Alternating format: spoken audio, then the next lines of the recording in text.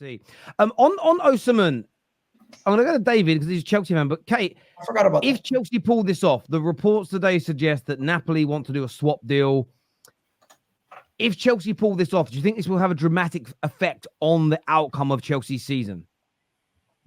100%. It will, but bloody hell, Kate threw her voice and sounded Canadian then. It will, but I'm not convinced Osimhen's going to do anything in the Premier League. I think he's really overhyped myself.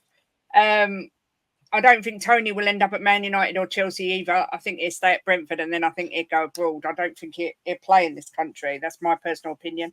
But yeah, I mean, Osimhen is just going to be one of the 6,227 players that Chelsea have got in their squad. So, you know, will he make a difference? Time will tell. I think Chelsea's such a shambles at the minute. I'm not sure anyone can make any difference. So are you saying Osimhen's going to flop at Chelsea?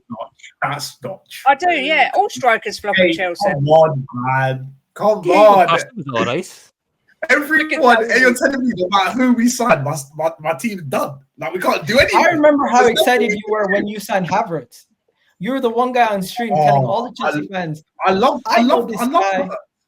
Havertz. I know him. And he scored a Champions League winning goal. I love the guy. I never got hate on Havertz. That's my guy. I don't want to get. Yeah. I don't want to get too far off of the subject we were just talking about. But based on what Kate said, if you sign Osimhen, David, do you think he'll flop at Chelsea? He has potential to. I can't lie. There's something, you know, when you watch a player's highlights and you go, your highlights, you even look clunky. He don't look like competent with the ball at his feet. And I've got beef with Serie A forwards because any league where Lukaku is your top dribbler is not it's not serious, bro. It ain't serious. That man topped it and everyone was like, he's different, he's changed, look at him. And I was there going, no, he's not. He's the same bloke. I was giving Lukaku confidence about Travellas and stuff. Are you saying you could be transferring Lukaku to Napoli and getting a younger version of Lukaku? We might do, but I think it's worth it because we've got to get rid of that Lukaku. He's just got to go. I don't care how he goes, but he's got to get out of the club. Am I 100% on Osimhen? Like, yes, he's gonna bang. No, I'm not. But he's got more chance of banging than Lukaku does anywhere because that brother is wash. I don't care what system, what team you put him in. He is a dead baller.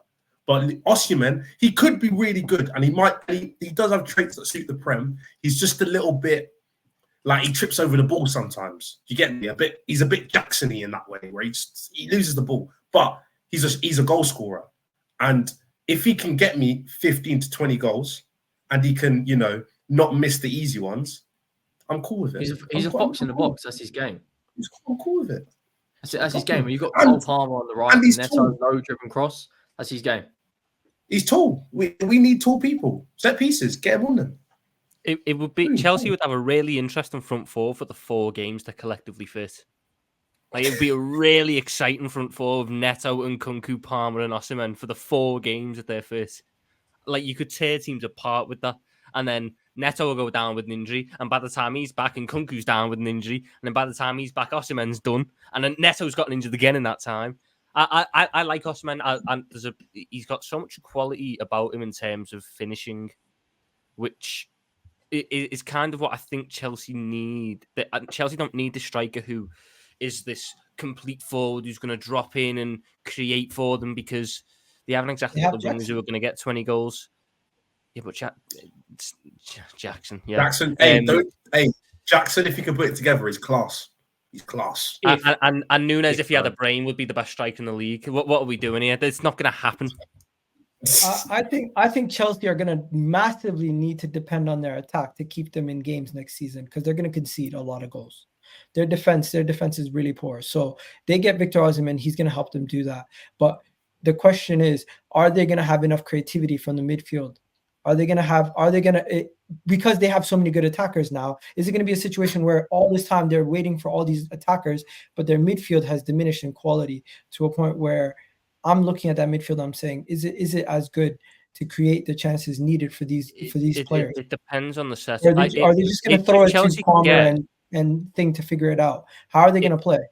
If Chelsea can get Palmer and Neto fit for like playing together and fit for an extended run of time, they don't necessarily need one of like their midfield to be this creative hub.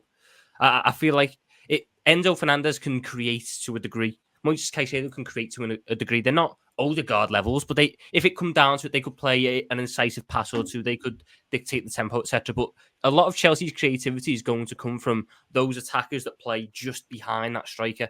Palmer, I think he got the second most assists in the league last season. Pedro Neto got like 11 assists last season, despite missing, most of the campaign. If it can all come together in terms of fitness for them, then they don't need the creativity from a Enzo. And they might be adding João Felix to that as well, unless I missed Felix it. Is a bomb. He's a bomb. Question I've got for you. Hang on a sec. We'll come back to that. Gal, I've got a question for you based on what you said. You said that their attack essentially is what's going to keep their heads above water this year. Yes. Do you think it will keep their heads above water? Do you think Chelsea's attack will deliver? I think Chelsea's attack has a lot of players that will deliver. For example, Pedro Neto, if he's fit, he will deliver. Cole Palmer, if he's fit, he will deliver to a similar extent that he did last year. I think Nkunku is a quality player, and I wanted him at Arsenal. If he's fit, he will deliver. The question I have is their defense is shocking, in the sense that it's very young. They make a lot of mistakes. And also they are doing similar to what we did with Unai Emery, where they're going to go from playing out the back and having to figure it out early in the season. And it's going to cause a lot of mistakes. And that's why I'm saying they're going to have no choice, Terry, but to go gung-ho and attack. And that's why I think they will deliver goals. It's just they will not be able to keep clean sheets. I don't think that their defense is shocking, by the way, at all. I just think that there's right now, it's all depending on, I think they're the biggest unknown going into the season, to be honest, Chelsea, because it can go one way or the other. But a fully fit Chelsea defense is not that bad. I'm going to be honest. If they've got Reece James or Gusto right back, it's the left back position. You've got Cucurella. Don't do that. Cucurella's been classed. He's been classed the past months. I'm bigging him in the league. By the way, I'm bigging him up. I'm bigging him up, David. I'm saying that your defense ain't that bad.